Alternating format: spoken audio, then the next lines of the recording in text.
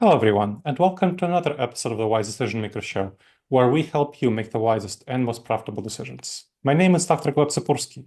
I'm the CEO of Disaster Avoidance Experts, the future of work consultancy that sponsors the Wise Decision Maker Show. And I'm joined today by Peter. Peter, can you please introduce yourself and share a little bit about what you do? Certainly, Gleb, good to be with you and good to be with your audience.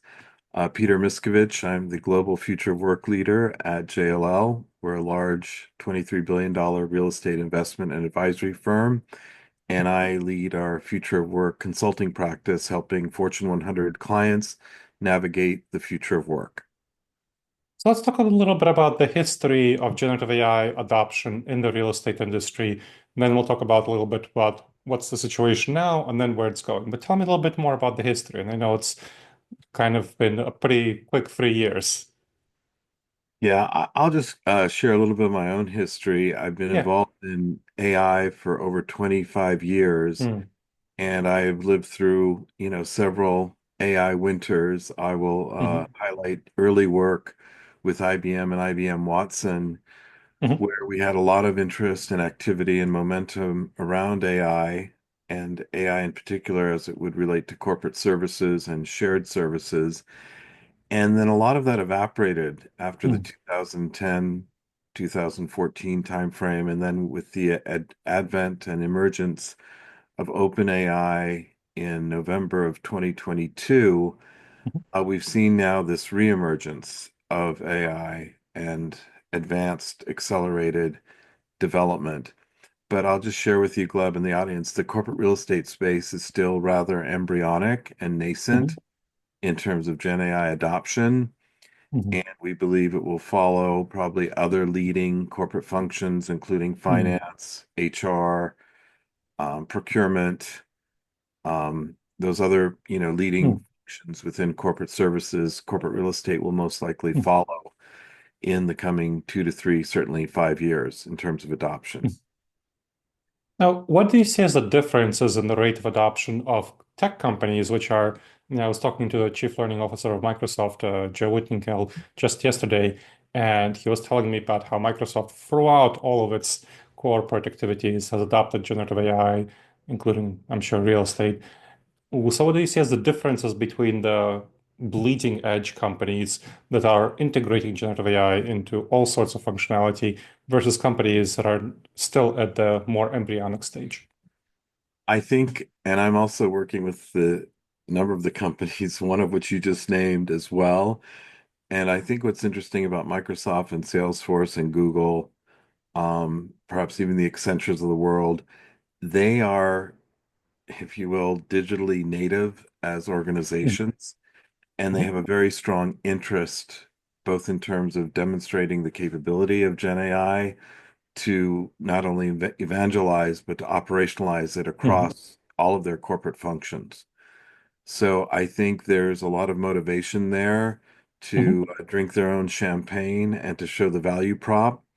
And we have a significant relationship, with Microsoft, with Salesforce, with Google, with actually some of the AI providers Mhm. themselves. And I think they're looking to pilot and demonstrate Mhm. only the functionality, but also the ROI and the value Mhm. prop of AI and potentially Mhm. agentic AI, which is still, again, very nascent in the real estate space, but we do Mhm. see that scaling over the next 2 to 3, 5 years, certainly. Mhm. Now, you're talking about them piloting some things and kind of trying some things out. Can you give me some examples of what that looks like? What are the kind of pilots that you've seen that are the most exciting? Is three primary categories where we're seeing AI enablement in terms of the workplace and real estate Mhm. function. The first would be employee workplace experience. So Mhm. how do we embed AI enablement for employees? We have Mhm. one client, as an example, that's created a whole dining AI workflow Mhm. capability in terms of the ability to not only predict, but to also offer food service and dining Mhm. options via AI, as an example. Um, the secondary area would be around workplace management. Mm, And so we as JLL invested a lot in this space in terms of how AI can enable workplace management, facilities management, mhm, using computer vision, Internet of Things. For one client, we eliminated close to 700,000 man hours by mm, integrating Internet of Things, computer vision mhm, platform into the workplace management, facilities management mhm, ecosystem.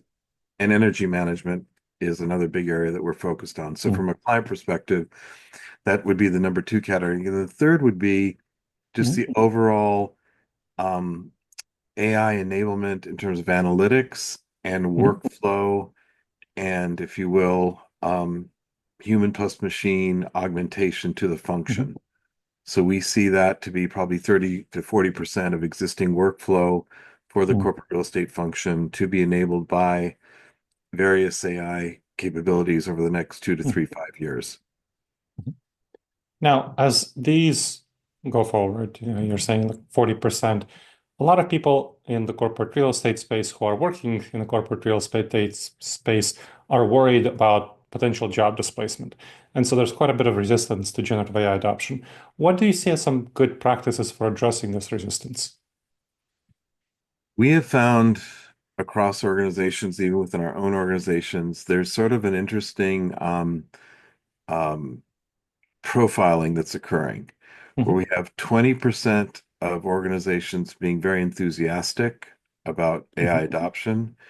We have probably 50% being somewhat neutral, mildly mhm, interested, and then 30% are clear resistors. mhm, And I think until the workflow integration, the ROI, and the mhm, maturity cycle advances further, mhm, I think we will have 30 to 40% resisting mhm, AI adoption. And that's a bit of the, change management mhm, profile curve, Gleb, that we've seen across various adoption rates, including mhm, hybrid work, including AI, including, over the years, you know, multiple different new mhm, technologies. So this is where I think the enthusiasm around AI mhm, is significant, but adoption and ROI and workflow integration all need to mature much further. mhm. Now, AI is making it easier for people to collaborate together without being in the same space. So, how do you think generative AI will impact the real estate sector in that regard? It will depend. Mm, If advanced AI enablement is more place-centric and office-based, mhm, it may actually enable greater office centricity. mhm, If it becomes highly mobile mhm, and enabled by powerful cloud platform capabilities, then we may see further distributed work capability relative to real estate and place-based um, activities. So, and both could occur simultaneously. mhm, We could have very powerful AI enablement, and immersive spatial computing enablement mhm, in specific locational, um, settings, and simultaneously it could be made more powerful in a distributed, networked mhm. approach. And so I Now, think we're as watch that space, watch that evolution over the next 2 to 3, 5 years. mhm. Now, as we wrap up, you're talking about the next 2 to 3, 5 years. What do you concretely predict will the future look like for companies in the Fortune 100 space in the next 2 to 3 to 5 years, specifically in real estate? How would it be different than what we're seeing right now?